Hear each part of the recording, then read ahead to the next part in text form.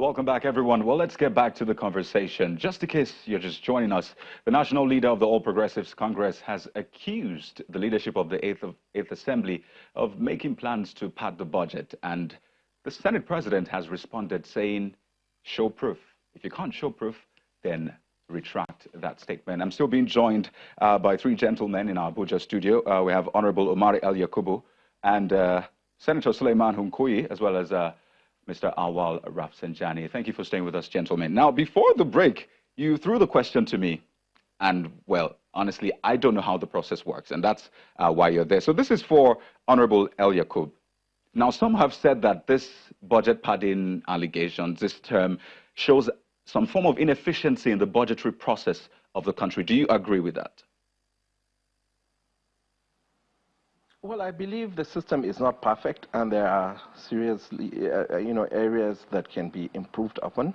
And indeed, like you said, the term is a bit alien. However, we have been hearing about it in the last few years, especially in the 8th Assembly, to the extent that there was this accusation of budget padding.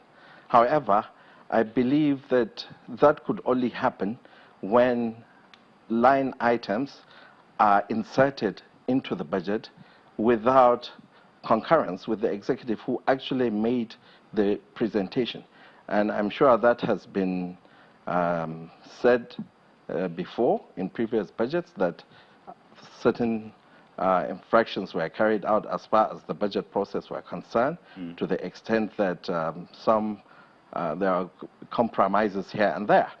But moving forward, I believe that, yes, there is a need for improvement on the budget process, and there is need for more transparency in the way the budget process is being carried out, especially as relates to engagement between the legislature and the executive. All right. I think we are all in this to provide good governance to Nigerian people, and especially where you have a legislature that is populated majority by the same party in government. One expects cohesion and, synergies in terms of discharging responsibilities by the various arms of government. Okay, let me ask Mr. Rafsanjani this question, Honorable El Yakub. Thank you. Mr. Rafsanjani, now I know CISLAC has been involved in legislative advocacy work since 2005. That's about 14 years thereabout. Now, in your view, have you noticed any form of unwholesome activity in the National Assembly during this period, briefly? It's turned off. Mr. Rafsanjani, if you can hear me, I know CISLAC has been engaged in legislative advocacy for years now. So, from your experience, have you noticed any form of unwholesome activity, like budget padding, for example? Okay, at the risk of not hearing you fully, because I think the communication is very poor. But I think, based on the work we've been doing with the National Assembly, particularly with the, relevant committees, particularly appropriation, finance, in the National Assembly, we know that, the National Assembly has been doing a lot in terms of ensuring that the budget proposal submitted, to the by the executive to the National Assembly is properly scrutinized, and a lot of lapses have been also observed and noted, and in some cases through defense of the budget by relevant government agencies, some of those areas have been addressed.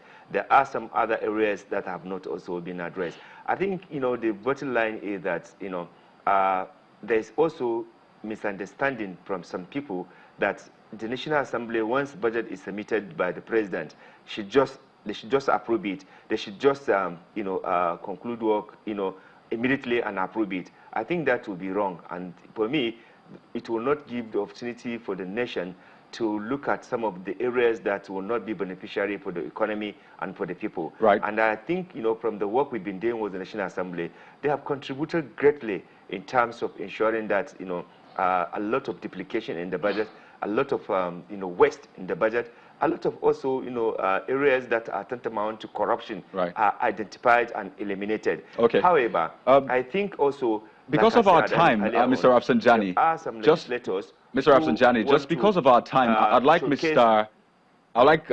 Senator Hunkuyi to round off his thoughts. And I'm sure this is an ongoing conversation, so we'll definitely still have time. But Senator Hunkuyi, your final thoughts on this issue of budget padding, whether it's padding, whether it's insertion or duplication. What are your final thoughts, especially because you're a member of the 8th Assembly and then, of course, you've been re-elected?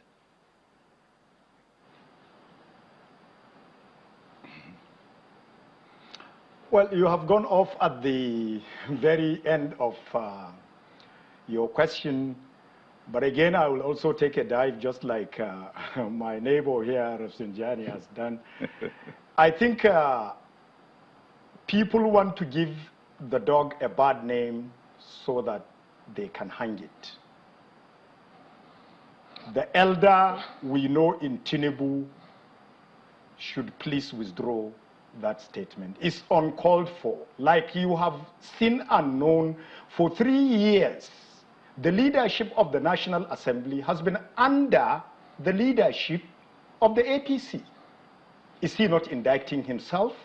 If today the Speaker and the Senate President, by whatever reason, are on the other side of the aisle, does it not constitute indicting himself when the 2 chairmen of the Appropriation Committee of the Senate and House are members of the APC? Does he not indict himself that the leadership, that is, of the Senate, under the Senate leader, is under the APC? Does he not indict himself that the leader or the majority leader of the House is under the APC? This is an unnecessary indictment, particularly if it takes to come from nobody else either than distinguished Senator Tinubu, an elder who has been through and member of the National Assembly, and today by every standard, a leader that should know better than throwing out this kind of frivolous Honorable El Yaqub, would you like to respond to that statement? Honorable El Yaqub, I'd like to get your opinion to that.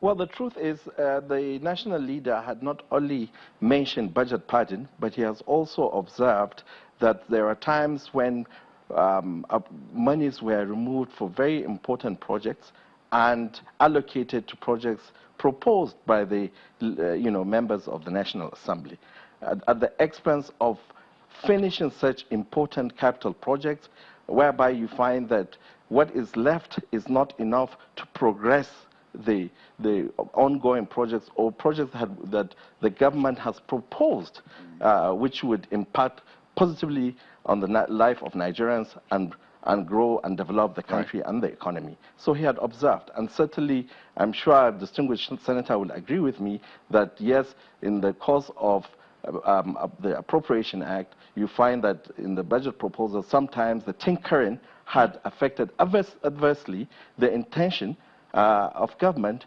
to prosecute certain very important projects. All right. So thank you very much. To appreciate it from that angle. And also the unnecessary delay I apologize. I'll have to cut you short there because of our time. But definitely we'll have more time to discuss this issue. If you can hear me, Honorable El Yaqub. As budget proposals are received. Okay, I guess once again we are having issues with the communication. But that's how much we can take on the program tonight. I'd like to thank you, gentlemen, for joining us. I wish we had more time, but as it is, we're out of time. Thank you so much, Honorable Umar El Yaqub, the Senior Special Assistant to the President of National Assembly, Senator Suleiman Hunkuyi, as a PDP Senator from Kaduna, and Mr. Awal Rafsanjani, the Executive Director of CISLAC. Thank you for joining us on the program.